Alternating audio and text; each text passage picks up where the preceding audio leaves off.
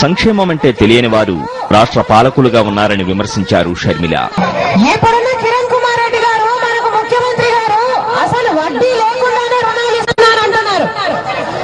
కేవలం అడ్వర్టైజ్మెంట్ కు మట్టుకే పరిమితమైంది కానీ వడ్డీ లేకుండా ఎక్కడా రుణాలు రావడం లేదు. బ్రహ్మాండంగా మేము సంక్షేమ కార్యక్రమాలు చేస్తున్నాము అని ముఖ్యమంత్రి గారు చెబుతున్నారు. కానీ ఈయన సంక్షేమ కార్యక్రమాలు ప్రజలెవరికీ అందడం లేదు. కనీసము ముసలి వాళ్ళకి కూడా రాజశేఖర రెడ్డి గారు ఇచ్చిన పెన్షన్లను కూడా ఇప్పుడున్న ఈ కిరణ్ సర్కారు రద్దు చేస్తుంది. ముఖ్యమంత్రి గారిని అడుగుతున్నాము, ఇదేనా సంక్షేమం అంటే అని.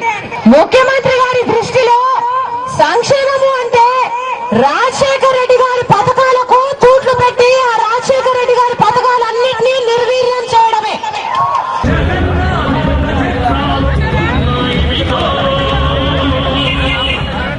కాంగ్రెస్ టీడీపీ కుమ్మక్కై వ్యూహం ప్రకారం ముందుకెడుతున్నాయని మద్దాల రాజేష్ చెప్పారు.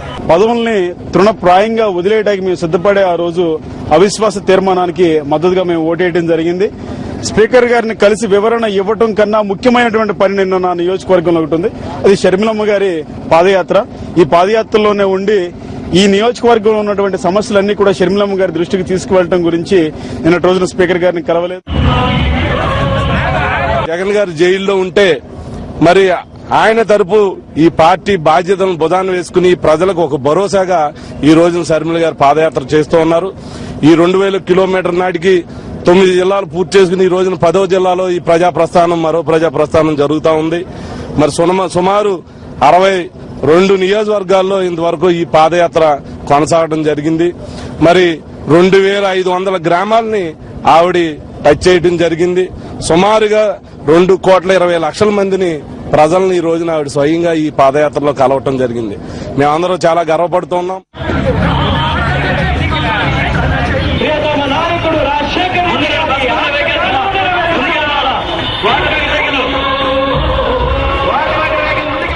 షర్మిల పాదయాత్ర పశ్చిమ గోదావరి జిల్లాలో 2000 కిలోమీటర్లు దాటడం ఆనందంగా ఉందని ముదులూరి ప్రసాదరాజు చెప్పారు.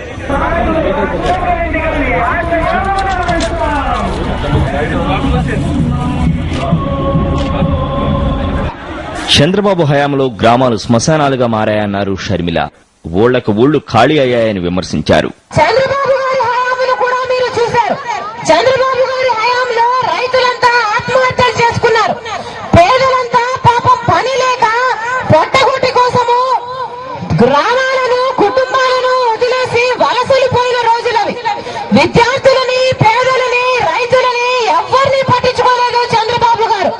మళ్ళీ అదే పరిపాలన వస్తుంది. ఇప్పుడు చంద్రబాబు గారు ఉన్నప్పుడు దేవుని దయ కూడా కరువైపోయి చదువుకున్న వారికి ఉద్యోగాలు రావడం లేదు.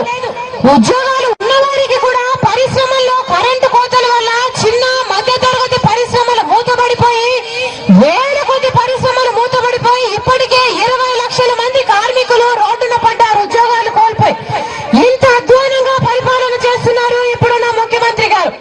అమ్మా, మళ్ళీ మనకు రాజన్న రాజ్యం వస్తే తప్ప మన రాష్ట్రము, మన గ్రామాలు, మన కుటుంబాలు బాగుపడే అవకాశమే లేదు.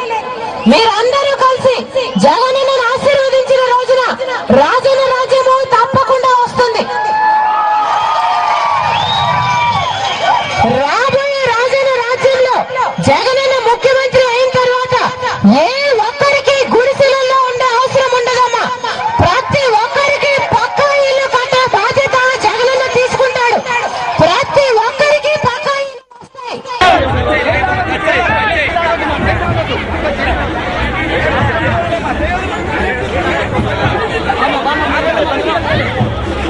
రాజన్న రాజ్యం రైతులు, పేదల రాజ్యమని షర్మిల తెలిపారు.